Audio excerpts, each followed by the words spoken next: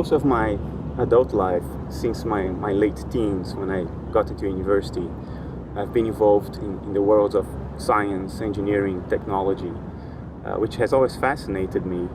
And underlying all these models of science and engineering, in the back of my mind, for many years, there was the philosophical idea, the metaphysics of materialism, because I thought there was nothing better. I thought materialism was the most promising avenue to eventually find closure, to eventually explain the world and our circumstances within it. And I labored under this assumption for quite a while. I worked at CERN. I founded a company that was eventually acquired by Intel in the field of reconfigurable computing. I worked on artificial intelligence. I'm even a bit ashamed to say, but at some point I was even a singularitarian. I thought that the singularity was a perhaps realistic hope for the future. And then something changed. I read a paper by philosopher David Chalmers in which he explained the hard problem of consciousness.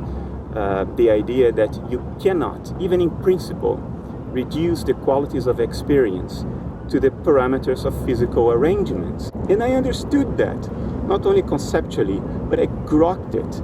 I really understood it in my body, in my bones. Materialism is not viable because it can be argued that it doesn't explain anything, since all we have are the qualities of experience. And for me, that landed like a bombshell.